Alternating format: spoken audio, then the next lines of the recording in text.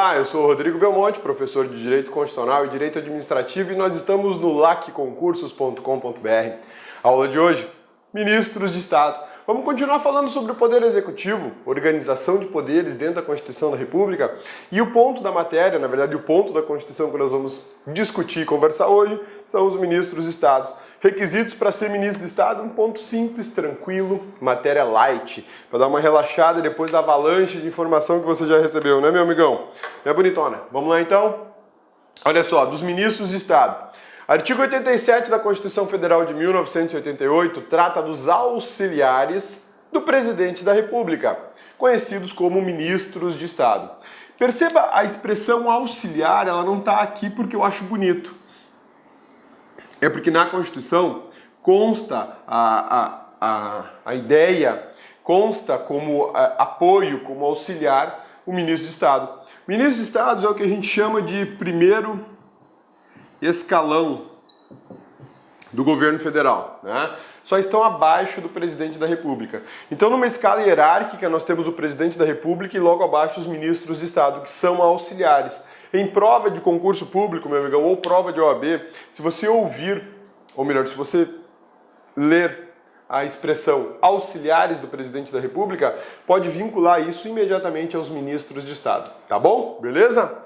E quais são os requisitos para ocupar um cargo de ministro de Estado? Existem alguns requisitos objetivos previstos na Constituição. Esses requisitos são importantes e devem ser preenchidos. Ser brasileiro, esse é o primeiro requisito, tem que ser brasileiro, tá? Não tem como colocar um ministro de Estado estrangeiro. Mas pode ser brasileiro nato ou naturalizado. Então pode anotar aí, brasileiro nato / naturalizado. Não tem problema nenhum, eu posso ter os dois tipos de ministros, o nato e o naturalizado. Acontece que existe ministério que é exclusividade de brasileiro nato, por exemplo, o Ministério de Estado de Defesa, está no artigo 12, parágrafo 3º da Constituição da República, lá quando a gente estuda nacionalidade, lembrou? Os cargos privativos de brasileiros natos, né? Um deles é o Ministro de Estado de Defesa, esse aí é para brasileiro nato, não dá para ser naturalizado. Precisam ser maiores de 21 anos, olha que interessante, né? O presidente da República tem que ter pelo menos 35 anos, mas para ser ministro do presidente da República e ocupar, por exemplo, o cargo de ministro da Fazenda ou de ministro de Planejamento, que são um dos cargos mais importantes de toda a estrutura da administração pública federal brasileira, basta ter 21 anos, né? Um moleque, uma criança, né? Mas enfim, isso aqui é requisito constitucional, não é lei que está estabelecendo, é a própria Constituição que estabelece essa idade de 21 anos. Exercício dos direitos políticos. O cara não pode estar enrolado, não pode ter seus direitos políticos suspensos ou declarados perdidos em caso do naturalizado, porque se o naturalizado perder a nacionalidade brasileira, ele perde, por consequência, os direitos políticos também. Ministro de Estado é cargo político de livre nomeação e livre exoneração. São exoneráveis ad nutum, ou seja, unilateralmente. Aqui vale uma informação bacana. Não aplica a súmula vinculante número 13 do Supremo Tribunal Federal. Não aplica a súmula vinculante número 13 do Supremo Tribunal Federal. Cabeça, o que é a súmula vinculante número 13? A súmula vinculante número 13 do Supremo Tribunal Federal é a que fala do nepotismo, tá? A SV 13, ela não se aplica,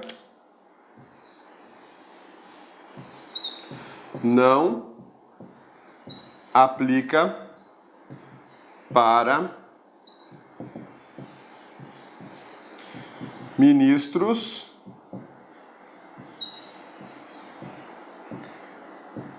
secretários de Estado ou municipais. De Estado e DF, tá? Pode pôr o DF nesse bolo também. Então a súmula vinculante número 13 do Supremo Tribunal Federal, ela não vai ser aplicada para os ministros de Estado e muito menos para os secretários de Estado ou municipais. Por quê? Porque eles são cargos políticos. Cargos políticos, de livre nomeação e livre exoneração do chefe do executivo. É o chefe do executivo que escolhe quem vai ser ministro, é o chefe do executivo que escolhe quem vai ser secretário estadual, distrital ou municipal. Belezinha? Sussa, tranquilos? Então vamos voltar para a nossa tela aqui. O que mais que a gente preparou para a aula de hoje? Competência dos ministros. É uma competência exemplificativa, ou seja, aquilo que os ministros podem fazer, aquilo que está no rol de atividade deles, atribuição. Exercer a orientação, coordenação, supervisão dos órgãos e entidades da administração federal na área de sua competência e referendar os atos e decretos assinados pelo presidente da República. Função de orientar o presidente da República. Função de exercer coordenação de atividades administrativas. Função de supervisionar a administração indireta, talvez uma das mais importantes, tá aqui, ó. Eles vão supervisionar a administração indireta. É lógico, eles também supervisionam a administração direta da qual eles fazem parte. Mas lembra que a gente estuda lá em direito administrativo que as autarquias, ou melhor, que a administração indireta não tem subordinação com a administração direta? Pois bem, tá correto, é perfeita essa informação. Acontece que existe um poder de supervisão, né? Os ministérios, eles têm poder de supervisão sobre a administração indireta. O ministro da Fazenda, por exemplo, ele pode fiscalizar o Banco do Brasil, a Caixa Econômica, porque ele tem poder de supervisão. Quando alguma atividade vai ser desenvolvida em conjunto pela administração pública direta e a indireta, eles têm poder de coordenação, tá bom? Olha só, dos órgãos e entidades da administração federal. Quando fala administração federal, está falando tanto administração direta como administração indireta. E inclusive aqueles particulares que prestam serviços para a administração, seja na condição de terceiro setor, seja na condição de delegados, como concessionário, permissionário, autorizado, tá bom? Na área de sua competência e referendar atos do presidente da República. Meu amigão, bonitona, você já teve a curiosidade de olhar no final de alguma lei o que está escrito lá embaixo? Tem o nome do presidente da República e em letras menores o nome de outras pessoas. Essas outras pessoas são ministros de Estado. Então, o dia que você estiver com uma lei na mão, qualquer lei que foi sancionada pelo presidente da República, você vai encontrar lá, presidente da República, e embaixo nomes em letras menores. Esses nomes em letras menores são nomes dos ministros de Estado que assinam, que referendam o ato junto com o presidente da República, porque a atividade que está sendo regulamentada naquela lei, o tema que está sendo regulamentado naquela lei, tem a ver com a pasta deles. Então, se o presidente da República sancionar uma lei que fala sobre correção monetária aplicada à poupança, o presidente da República vai assinar, o ministro da Fazenda vai assinar junto. Né? Isso faz parte justamente desse auxílio, dessa orientação que é dada ao presidente da República pelos seus ministros. Expedir instruções para a execução das leis, decretos, regulamentos. Isso aqui é o que a gente chama de poder regulamentar. Ministros de Estado, assim como secretários de Estado, assim como secretários de município, eles detêm o poder regulamentar. Eles podem exercer o poder regulamentar no lugar do presidente da República. Lembra quando nós vimos as competências do presidente da República, as atribuições, as responsabilidades do presidente da República lá no artigo 84 da Constituição, e que lá no 84, inciso 6, se eu não me engano, 6 ou 7, o presidente pode delegar parte daquela competência para os seus ministros? Então essa é uma hipótese de delegação de competência. Os ministros exercem o poder regulamentar por delegação do próprio presidente da República, além de eles serem portadores desse poder regulamentar para atividades de menor importância vinculados à pasta deles. Apresentar ao presidente da República relatório anual de sua gestão no ministério. Praticar atos pertinentes às atribuições que lhe forem outorgadas ou delegadas pelo presidente da República e outras atribuições previstas em lei. Esse é um ponto interessante, né? As competências são meramente exemplificativas, não encerra, não fecha só com aquilo que está na Constituição da República. Eu posso ter uma lei falando mais sobre os ministros de Estado, secretários e por aí vai. Ministérios. A lei disporá sobre a criação e extinção de ministérios e órgãos da administração pública. Lembra que nós estudamos no artigo 84 e no artigo 61? Aqui você vai relacionar esse ponto da matéria ao artigo 84 e ao artigo 61 da Constituição Federal. Esses dois dispositivos aqui, basicamente esses dois dispositivos, eles tratam de um assunto muito interessante. Que assunto é esse? Criação de ministérios, né? Criação barra extinção de órgãos e ministérios. Para isso, precisa de lei. Precisa de lei. Isso aqui indica que a competência é privativa do presidente da República. Competência privativa do presidente da República para criar e extinguir ministérios, né? E olha só, a lei disporá sobre a criação e extinção de ministérios e órgãos da administração pública. Quando a gente fala dos ministérios, muita gente boa por aí pensa que o presidente da República pode criar e extinguir ministérios via decreto. Não pode, não tem como. O artigo 84 e 61 da Constituição amarram isso de tal forma e estabelecem que a competência privativa do presidente da República a iniciativa de lei.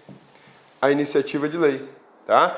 A iniciativa de lei, prevista no artigo 61, combinada com 84, é para a criação e extinção de órgãos e ministérios, ou seja, eu vou ter que ter lei. Sem lei eu não consigo mexer nisso aqui.